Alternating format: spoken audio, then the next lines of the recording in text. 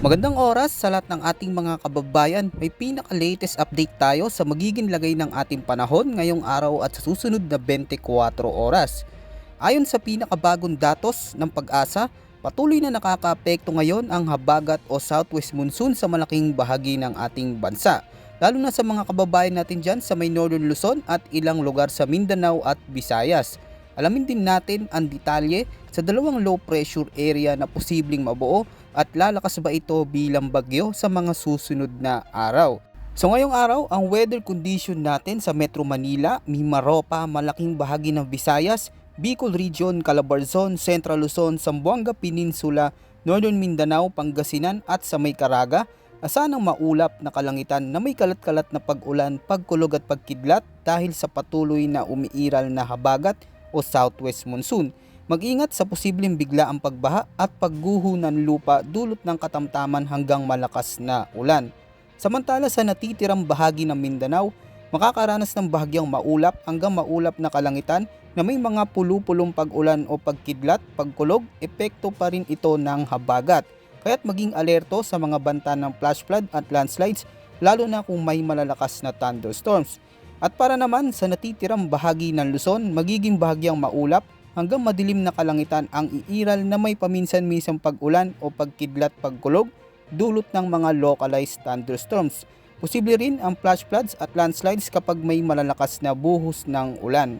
Update naman tayo sa pinakabagong tropical cyclone threat potential forecast na inilabas ng Pag-asa kanina. Inaasahan ang bagong dalawang low pressure area o tropical cyclone-like vortex na mabubuo sa loob ng Philippine Area of Responsibility sa susunod na 5 araw. Pero ayon sa mga datos, mababa ang tsansa na maging ganap na bagyo ito. Ang unang LPA ay posibleng mabuo sa silangang bahagi ng Luzon at kikilos ito patungong Eastern Taiwan. Samantala, ang ikalawa naman na LPA posibleng mabuo sa may bahagi ng West Philippine Sea at tatawid ito patungong Vietnam.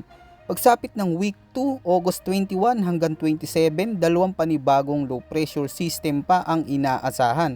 Isa sa silangang boundary ng Philippine Area of Responsibility na posibleng kumilos sa direksyong patungong Northern Luzon at isa naman sa kanlurang boundary na posibleng kumilos patungong Hainan at Vietnam. Ayon sa mga international weather models, mababa ang posibilidad ng direktang landfall ng mga sistemang ito sa ating teritoryo. Ngunit maaari nitong palakasin ang epekto ng habagat na magdudulot ng mga pag-ulan sa malaking bahagi ng ating bansa. Para magkaroon tayo ng visual, gamitin natin ang GFS model na may accurate pagdating sa short range forecast. Makikita natin ang mga low pressure area na tinutukoy natin na mabubuo at posibleng maging bagyo, pero ang magandang balita ay hindi ito nakikitang direktang tatama sa bansa. Pero wag tayong makampante mga kabayan dahil posible nitong palakasin ang habagat na siya ng pangunahing dahilan ng mga biglaang mga pag-ulan. Kaya't mahalaga ang patuloy na pag-monitor sa mga susunod na weather forecast natin dito sa ating channel. Yan muna ang ating pinaka-latest weather update at ulat panahon. Ito po ang inyong weather forecast ng bansa. Maraming salamat po at maging alerto sa lahat ng oras.